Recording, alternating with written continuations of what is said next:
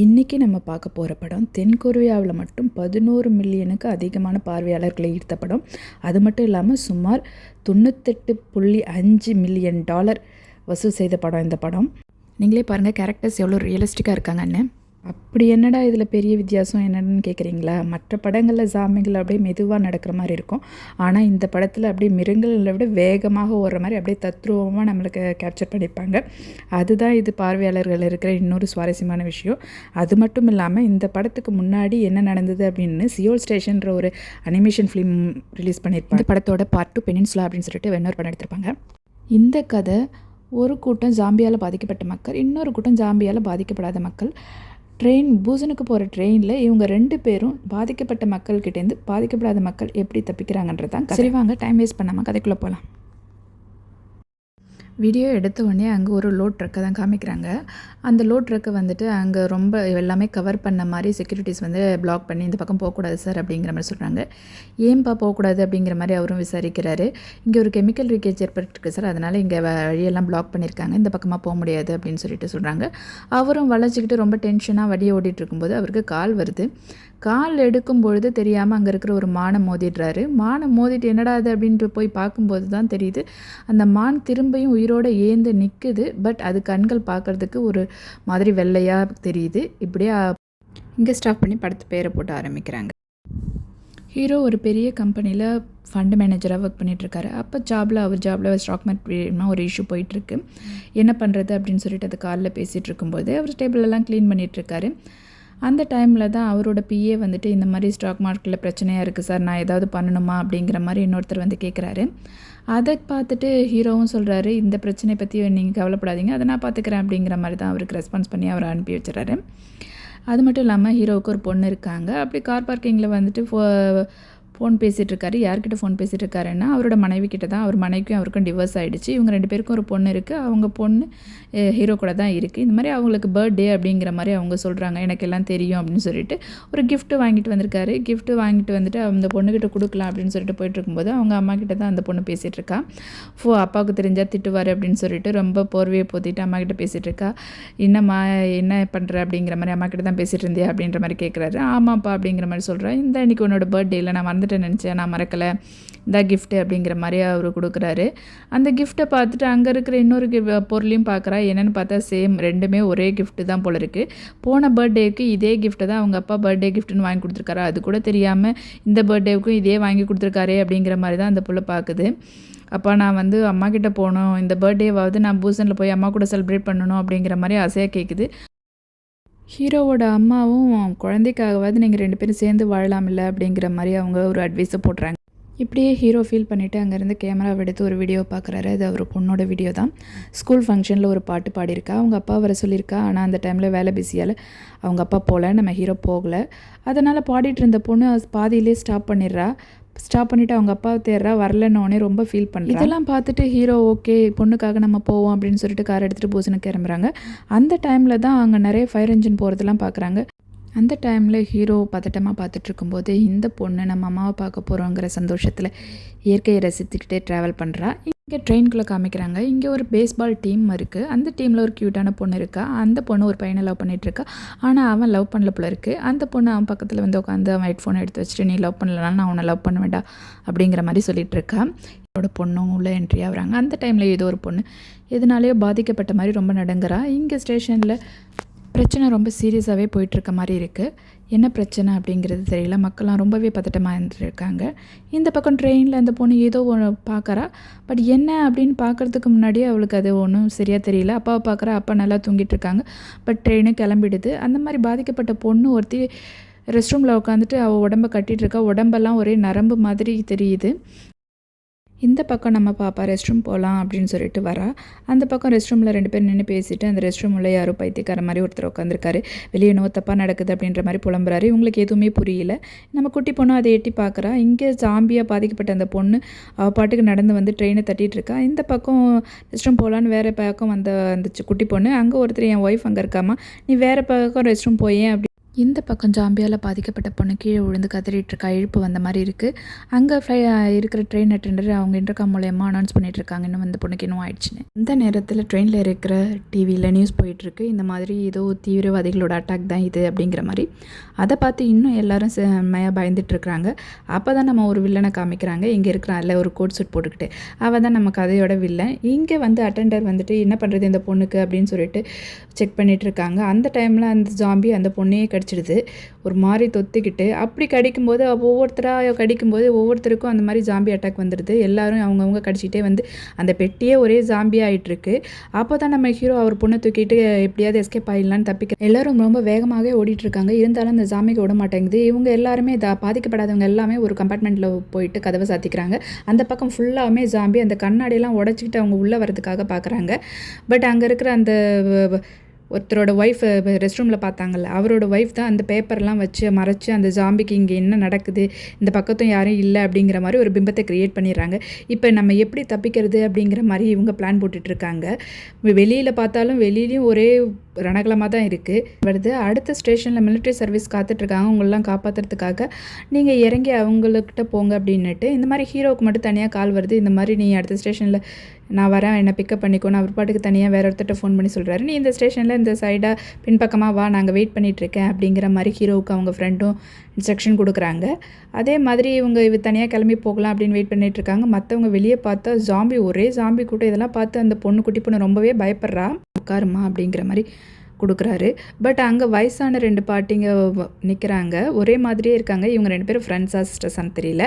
இவங்க 2 பேரும் ஒருத்தர் சீட்டு கிடச்சிட்டு இன்னொருத்தர் கிடைக்கல. சரி நீங்கள் உட்காருங்க பாட்டி, நான் சின்ன பிள்ளை தானே, நான் அனுப்பேன் அப்படிங்கிற மாதிரி சீட்லாம் இடம் கொடுக்குறாங்க. சீட் அலாக்கேட் பண்ணி கொடுத்தேன்.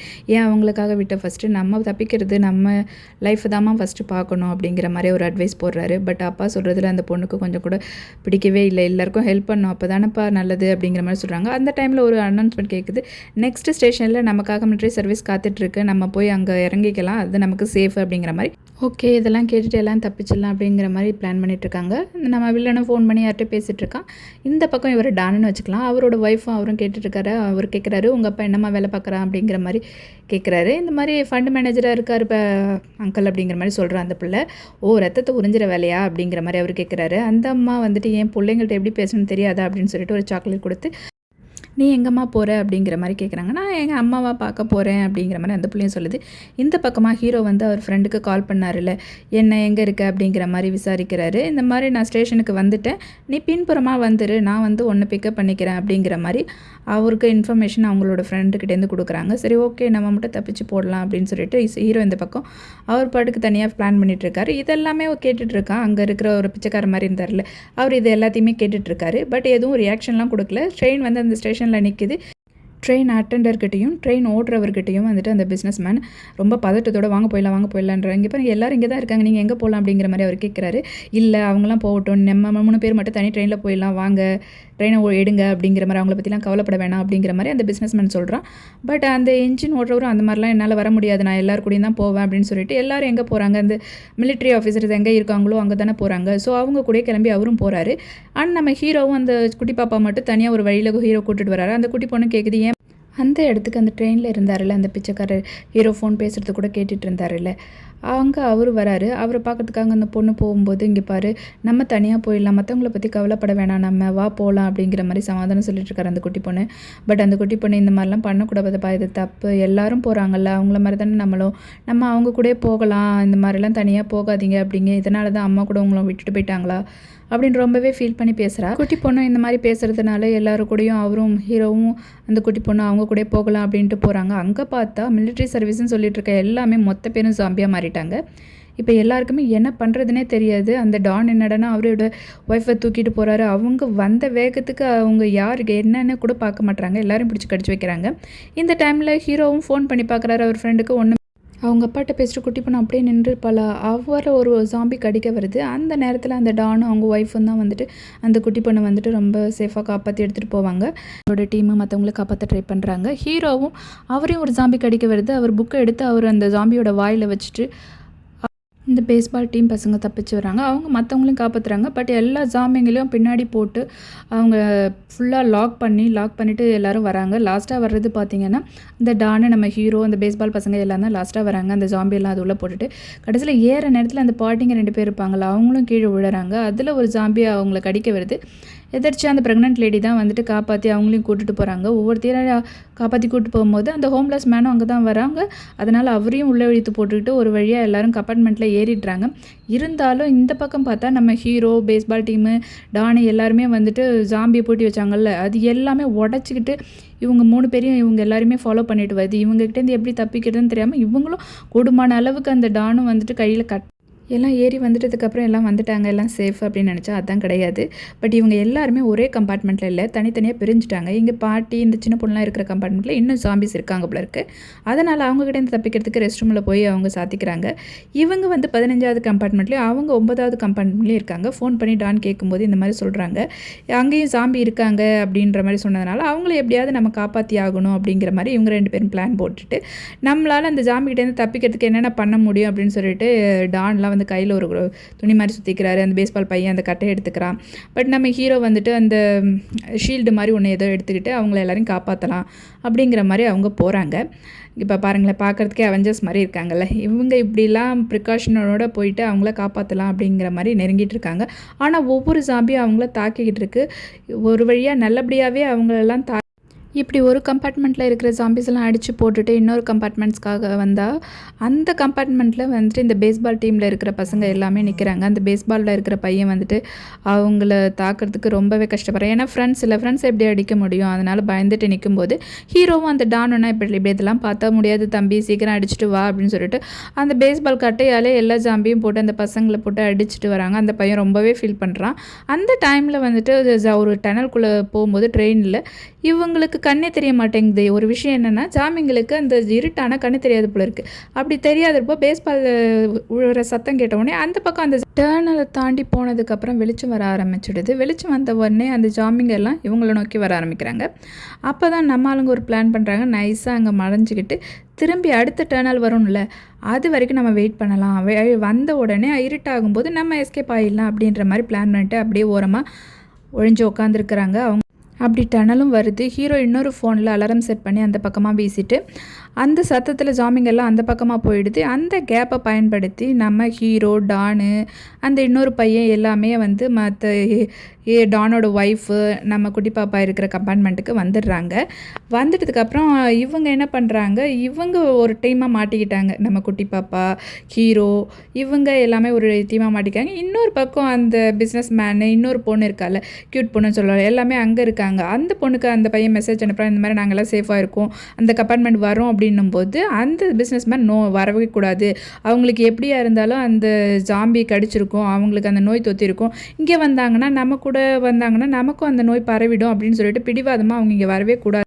இந்த பக்கம் நம்ம ஆளுங்க அந்த கம்பார்ட்மெண்ட் மேலே லக்கேஜ் வைப்பாங்கல்ல, அது மேலே ஏறி ஒரு டனல் வந்தது. இருட்டானோடனே ஜாம்பிங்களுக்கு தெரியாமல் அங்கே நழுவி போகிறாங்க. பட் அந்த ஹோம்லெஸ் மேன் மட்டும் மாட்டிக்கிறாரு. அவரை காப்பாற்றுறதுக்காக ஹீரோ அங்கேயே உட்காந்துருக்காரு, ஜாம்பிக்கெல்லாம் தெரியாத மாதிரி. ஆனால் அதுங்க கண்டுபிடிச்சிட்டு கடிக்க வராங்க. ஆனால் அவங்கள்ட்டேருந்து எஸ்கேப் ஆகி வேறு கம்பார்ட்மெண்ட்குள்ளே இவங்க எல்லாருமே வந்துடுறாங்க. ஆனால் அந்த ஜாம்பியெல்லாம் துரத்திக்கிட்டு அந்த கம்பார்ட்மெண்ட்குள்ளே தான் வராங்க. இவங்க துணியெல்லாம் போட்டு கட்டி அடைச்சி ஏதோ சேவ் பண்ணுறாங்க. பட் இருந்தாலும் முடியல, அங்கே வந்து அடிச்சுக்கிட்டே தான் இருக்குது அந்த ஜாம்பிலாம். உள்ளே வரதுக்காக பார்த்துருக்கு. இந்த பக்கம் பார்த்தா இவங்க உள்ளே விட மாட்டுறாங்க. ஏன்னா அவங்களால பாதிக்கப்படுமோன்னு பயந்துட்டு அந்த பொண்ணையும் பிடிச்சி வச்சுட்டு அந்த பொண்ணோட ஃபோனையும் போட்டு உடச்சிடுறாங்க. பட்டு ஹீரோவும் அந்த டானும் எவ்வளவோ அந்த ஜாம்பியெல்லாம் போட்டு அடித்து பார்க்குறாங்க. பட் யாராலையும் ஒன்றுமே முடியல. லாஸ்ட்டுக்கு இந்த பக்கமாக அந்த பேஸ்பால் பையனும் வந்து அந்த இதை உடைக்கலான்னு பார்க்குறான். பட் அதுவும் முடியல. இந்த சந்தர்ப்பத்தில் தான் அந்த டானோட கையை ஒரு ஜாம்பி கடிச்சு வச்சிடுது. ஆனால் அந்த டான் சொல்கிறாரு, இந்த மாதிரி என்னை எதிர்பார்க்காத, நீ போ, என் மனைவியை நல்லா பார்த்துக்கோ அப்படிங்கிற மாதிரி அவர் சொல்கிறாரு, ரொம்பவே ஃபீல் பண்ணிவிட்டு. இந்த பக்கம் பேஸ்பால் பையன் உடைச்சான்ல, அங்கே வந்து உடஞ்சிருச்சு, அந்த பக்கம் போகலாம் அப்படின்னு சொல்லிட்டு எல்லோரும் கிளம்புறாங்க. அந்த டைமில் தான் டானு, நீ என் மனைவி கூட்டு போ, நல்லபடியாக பார்த்துக்கோ, அப்படி நீ போ, என்னால் பழைக்க முடியாது, ஜாம்பி கடிச்சிச்சின்னு. அவங்க மனைவி வரவே மாட்டுறாங்க. அப்போ தான் பார்த்தா இன்னொரு விஷயம் நமக்கு தெரியுது, அந்த 2 பாட்டில் இன்னொரு பாட்டி அந்த கம்பார்ட்மெண்ட்லேயே தங்கிடுறாங்க. ஏன்னா நம்ம அங்கே இருந்தால் தான் அந்த சான்ஸில் ஜாமி நம்மளை வந்து கடிக்கும்போது அதுக்கு கொஞ்சம் நேரம் கிடைக்கும், அவங்க எஸ்கேப் ஆக முடியும் அப்படின்ட்டு. இன்னொரு பாட்டி அதை பார்த்துட்டு ரொம்பவே ஃபீல் பண்ணுவாங்க. இப்படி ஆயிடுச்சுன்னு வந்த வேகத்தில் ஹீரோ அந்த பிஸ்னஸ் மேனை போட்டு அடி நினைக்கிறாரு.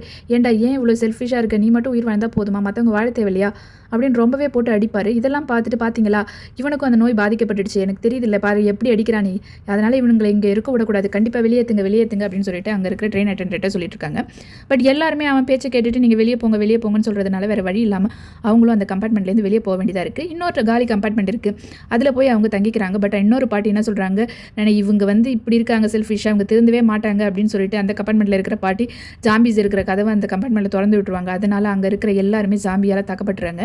இவங்க மட்டும்தான் இப்போ சேஃபாக இருக்காங்க. அங்கே கண்ட்ரோல் ரூம்லேருந்து இன்ஜின் ஓட்டுறவர் சொல்லிட்டு யாராவது இருக்கீங்களா அப்படின்னு கேட்டு பார்க்குறாரு. இங்கே யாருமே தான் இல்லையே. ஸோ அதனால் சைலண்ட்டாக இருக்குது. இங்கே இருக்கிற ஹீரோ நம்ம குட்டி பொண்ணுக்கிட்ட கேட்குறாரு, ஏமா பயப்படுறியா, நான் எப்படியா இருந்தாலும் உன்னை கொண்டு போய் உங்கள் அம்மா கிட்ட பூசனில் சேர்த்துருவேன், கவலைப்படாத அப்படிங்கிற மாதிரி சொல்கிறாரு. அந்த பொண்ணு சொல்லுது, அம்மா மட்டும் இல்லைப்பா, உங்களையும் தான் எனக்கு ரொம்ப பிடிக்கும், அந்த ஃபங்க்ஷனில் ஏன் நான் பாட்டை நிறுத்திட்டேன் தெரியுமா, நீங்கள் வருவீங்க பார்ப்பீங்க அப்படின்னு நினச்சி தான் நான் பாட்டை நிறுத்தினேன், அதனால் நீங்களும் எனக்கு ரொம்ப முக்கியம்ப்பா அப்படிங்கிற மாதிரி அந்த புள்ள சொல்கிறா. இதை கேட்குறதுக்கே ஹீரோவுக்கும் கஷ்டமாக தான் இருக்குது. இதெல்லாம் கேட்கும்போது அவருக்கே இவ்வளோ நாள் ரொம்ப சுயநலமாக நம்ம இருந்துட்டோமோ அப்படிங்கிற மாதிரி அவர் ரொம்பவே ஃபீல் பண்ணுறாரு. அடுத்தது அவரோட அசிஸ்டண்ட்டுக்கு ஃபோன் பண்ணி கேட்குறாரு, அங்கே என்ன நடக்குது, சேஃபாக இருக்கா, பூசனுக்கு போகலாமா அப்படிங்கிற மாதிரி கேட்குறாரு, ஃபோன் பண்ணி விசாரிக்கிறாரு. அவனோட அசிஸ்டண்ட்டும் அந்த பக்கத்துலேருந்து பூசன்லாம் கரெக்டாக தான் இருக்குன்னு, ஒன்றும் பிரச்சனை இல்லை பூசனுக்கு, பட் நம்ம ஃபண்டு பண்ணதுனால தான் அந்த கெமிக்கல் கம்பெனி மூலயமா தான் இந்த மாதிரி நடந்திருக்கு அப்படிங்கிற மாதிரி ஒரு இன்ஃபர்மேஷன் அவனோட செக்ரட்டரி பிஏஓ கொடுக்குறான். இதை நினச்சி ரொம்பவே ஹீரோ ஃபீல் பண்ணுறான், நம்ம பண்ண தப்புனாலே இப்போ என்ன மாதிரி நடக்குது அப்படிங்கிற மாதிரி. இப்படியே போயிட்டுருக்கும்போது அங்கே ஒரு கிராஷ் ஆகி ட்ரெயின் நின்றுடுது, அதுக்கு மேலே போக முடியாது அப்படின்னுட்டு அவரும் இன்ஃபார்ம் பண்ணுறாரு ட்ரெயின் ஓட்டுறவரும், இந்த மாதிரி ட்ரெயின் இதுக்கு மேலே போகாது, இறங்குங்க, வேறு ஒரு இதில் ஏறி போகலாம் அப்படின்னு சொல்லிட்டு எல்லோரும் இறங்கி வராங்க. இறங்கி வந்துட்டு இருக்கும்போது தான் தெரியும், அந்த நின்றுட்டுருக்கிற ட்ரெயின் மேலேயே இன்னொரு ட்ரெயின் அது பாட்டுக்கு போயிட்டுருக்கு. இந்த மாதிரி போகிறதுனால அங்கே நிற்கிற ட்ரெயின் ரெண்டுமே ஒன்றோட ஒன்று மோதி 2 பேருமே அங்கே இருந்தவங்க எல்லாருமே அந்த 2 ட்ரெயின்குள்ளே போய் சிக்கிக்கிறாங்க. ஸோ எப்படி தப்பிக்கிறது அப்படின்றதே தெரியல. இங்கே அந்த பேஸ்பால் பையனும் அந்த பொண்ணும் ரொம்பவே கஷ்டப்பட்டுட்டு இன்னொரு ட்ரெயின்லேருந்து ஏறி அந்த போகலான்னு பார்க்கும்போது அந்த 2 பிள்ளைங்களும் ஒரு ஜாம்பி கடிச்சு அவங்க 2 பேரும் ஒருத்தர் கடிச்சு அங்கேயே இறந்து போயிடுவாங்க. இந்த பிஸ்னஸ் மேன் மட்டும் தப்பிச்சு வந்துடுவான். இந்த பக்கம் நம்ம ஹீரோவை கட்டுறோம். ஹீரோவை மயக்க நிலைமையில் காட்டுறாங்க. அதுக்கப்புறமா தான் தெரிஞ்சு ஏந்திருக்கிறாரு ஹீரோ, குட்டி பொண்ணு, அந்த ப்ரெக்னென்ட் லேடி, அந்த ஹோம்லெஸ் மேன் எல்லாமே இந்த பக்கமாக ஒரு கம்பார்ட்மெண்ட் நடுவில் சிக்கிக்கிட்டாங்க. அந்த பக்கம் சைட்லேருந்து ஜாம்பி எல்லாமே அவங்கள பிடுங்கிறதுக்காக வந்துட்டுருக்கு. பட் அந்த இன்ஜின் டிரைவர் மட்டும் ஒரு இன்ஜின் ஓட்டிகிட்டு போயிட்டுருக்காரு. இந்த பிஸ்னஸ் மேன் அந்த இன்ஜினை பிடிக்கணும் அப்படிங்கிறதுக்காக ரொம்பவே பாடுபட்டு ஓடிக்கிட்டு இருக்காரு. அப்படி ஓடிக்கிட்டு இருக்க டைமில் ஒரு ஜாம்பி துரத்திட்டு வருது. அந்த இன்ஜின் மேனும் காப்பாற்றலாம் அப்படின்ற பார்க்குறாரு. பட் அதுக்குள்ளவே அந்த ஜாம்பி பிஸ்னஸ் மேன் என்ன பண்ணுச்சுன்னு தெரியல. இங்கே இவங்க எல்லாமே தப்பிக்கலாம் அப்படின்னு சொல்லிட்டு ஃபஸ்ட்டு நம்ம ஹீரோ தான் வராரு. வந்துட்டு எல்லாரையும் காப்பாற்றலாம் அப்படின்னு சொல்லிட்டு ஒவ்வொருத்தராக அந்த ப்ரெக்னென்ட் லேடி அப்புறம் அந்த சின்ன பொண்ணு 2 பேரையும் காப்பாற்றிடுறாங்க. கடைசி அந்த ஹோம்லெஸ் மேனை காப்பாற்றலாம் அப்படின்னு வரும்போது அந்த ட்ரெயின் எல்லாமே இடிஞ்சு விழுந்துடுது. அதுவும் இல்லாமல் அவரையும் ஜாம்பி தாக்கிடுது போல இருக்குது. அதனால் அவங்க அந்த ஹோம்லெஸ் மேனை அங்கேயே விட்டுட்டு வர வேண்டிய சுச்சுவேஷன் ஆகுது. இப்போ ஒரு சின்ன கம்பார்ட்மெண்ட் மட்டும்தான் தப்பிச்சு போகுது. அந்த கம்பார்ட்மெண்ட்டை அவங்க பிடிக்கணும், ஒரு வழியாக பிடிச்சிட்டாங்க. ஆனால் பின்னாடியே அந்த ஜாம்பிஸ் எல்லாமே பிடிச்சி இழுக்கிறதுனால அந்த சின்ன கம்பார்ட்மெண்ட்டை அதால் நவரக்கூட முடியல. ஆனால் எப்பேற்பட்டாலும் ஹீரோவும் அந்த ஜாம்பிஸ் எல்லாத்தையுமே அவர் புதைச்சி தள்ளிட்டுருக்காரு. அந்த ப்ரெக்னென்ட் லேடியும் பொண்ணையும் காப்பாற்றிடலாம் அப்படின்னு ஒரு வழியாக அவங்களும் எஸ்கேப் ஆகி போயிட்டாங்க இந்த சின்ன கம்பார்ட்மெண்ட்குள்ளே. அந்த கேப்பில் தான் அந்த பிஸ்னஸ் மேனை பார்க்குறாங்க. பார்த்தா அந்த கம்பார்ட்மெண்ட்குள்ளே பிஸ்னஸ் மேனுக்கு ஜாம்பி தாக்கப்பட்டுடுச்சு போல இருக்குது. அந்த ஜாம்பி தாக்கப்பட்டவர் நேராக நம்ம ஹீரோ கிட்ட தான் வராரு. வேறு மாதிரி ஹீரோ கிட்ட கெஞ்சிட்ருக்கான். பட் அவனுக்கும் ஜாம்பி தாக்கிடுச்சுன்றது அவனால் முழுசாக ஏற்றுக்க முடியல. பட் ஹீரோவாலும் என்ன பண்ணுறதுன்னு தெரியல. ஹீரோவை நெருங்கி வந்துக்கிட்டே இருக்கும்போது படார்னு ஹீரோவையும் டிஃபெண்ட் பண்ணுறாரு. பட் ஹீரோவால் முடியல. ஹீரோ கையை பிடிச்சி கடிச்சு வச்சுறாங்க. பட் அந்த கேப்பில் பார்த்து கடி வாங்கியிருக்கிறத பார்த்துட்டு ஹீரோ அவங்க 2 பேரையுமே காப்பாற்றி, இங்கே பாருங்கள் என்னையும் ஜாம்பி தாக்கிடுச்சு, ஸோ இனிமேல் உங்கள் கூட நான் ட்ராவல் பண்ண முடியாது, பத்திரமா கொண்டு போய் என் பொண்ணையும் சேர்த்துருங்க, நீங்களும் பத்திரமா போங்க அப்படிங்கிற மாதிரி அவங்கள்ட்ட சொல்கிறாங்க. கதறிக்கிட்டு இருக்கா அப்பா அப்பா அப்பான்னு சொல்லிட்டு. பட் என்ன பண்ணுறதுனே தெரில. ஹீரோ அந்த ட்ரெயினுக்கு பின்னாடி நின்றுட்டு ரொம்பவே அழுகுறாரு. இது வரைக்கும் நம்ம பண்ண தப்பு நினச்சி ரொம்பவே ஃபீல் பண்ணுறாரு. தன் சின்ன குழந்தை அந்த குட்டி பாப்பா பிறக்கும்போது எப்படி அவள் சின்ன குழந்தை குழந்தையா இருந்தா அவள் கையை தொட்டது காலை தொட்டது இதெல்லாம் நினச்சிக்கிட்டே அந்த ட்ரெயின்லேருந்தே அவர் உழுந்து இறந்து போய்ட்டுறாரு. இதை பார்க்குற குட்டி பாப்பா இப்போ ரொம்பவே ஃபீல் பண்ணி ரொம்பவே அழுவுறா. ஒரு வழியாக வந்துட்டு பூசனுக்கு வந்து ட்ரெயின் வந்துடுச்சு. அந்த ப்ரெக்னென்ட் லேடியும் அந்த குட்டி பாப்பா மட்டும்தான் தப்பிச்சிருக்காங்க. இந்த பக்கம் ஆர்மி சர்வீஸ்லாம் நிற்கிது. இவங்க வந்து ஜாம்பின்னு நினச்சி அவங்க ஷூட் பண்ணக்கூடாது அப்படின்னு சொல்லிட்டு அவங்க வந்து இந்த குட்டி பாப்பா சின்ன வயசில் இருக்கும்போது அவங்க அம்மா ஒரு தாலாட்டு பாடியிருப்பாங்க. அந்த தாலாட்டை பாடிக்கிட்டே வரா. ஸோ அங்கே மிலிட்ரி சர்வீஸ்லாம் வர்றவங்க நல்ல ஹியூமன் தான், அவங்க தாக்கப்படலை அப்படின்னு நினச்சிக்கிட்டு அவங்கள காப்பாற்ற ரெஸ்க்யூ பண்ண போயிடுறாங்க. ஸோ இப்படியே இந்த கதை முடிஞ்சிருதுங்க. ஒரு செல்ஃபிஷ் அப்பா எப்படி தன்னோட பெண்ணுக்காக உயிரே கொடுத்துருக்கிறாருன்றது தான் இந்த படத்தோட உயிர். உங்களுக்கு இந்த வீடியோ பிடிச்சிருந்தா லைக் பண்ணுங்கள், உங்கள் ஃப்ரெண்ட்ஸ்க்கு ஷேர் பண்ணுங்கள். அடுத்து எந்த படத்தோட ரீகேப் வேணும்னு கமெண்ட் சொல்லுங்கள். மறக்காமல் நம்ம சேனலுக்கு சப்ஸ்கிரைப் பண்ணிவிடுங்க. அடுத்த வீடியோவில் பார்ப்போம். நன்றி, வணக்கம்.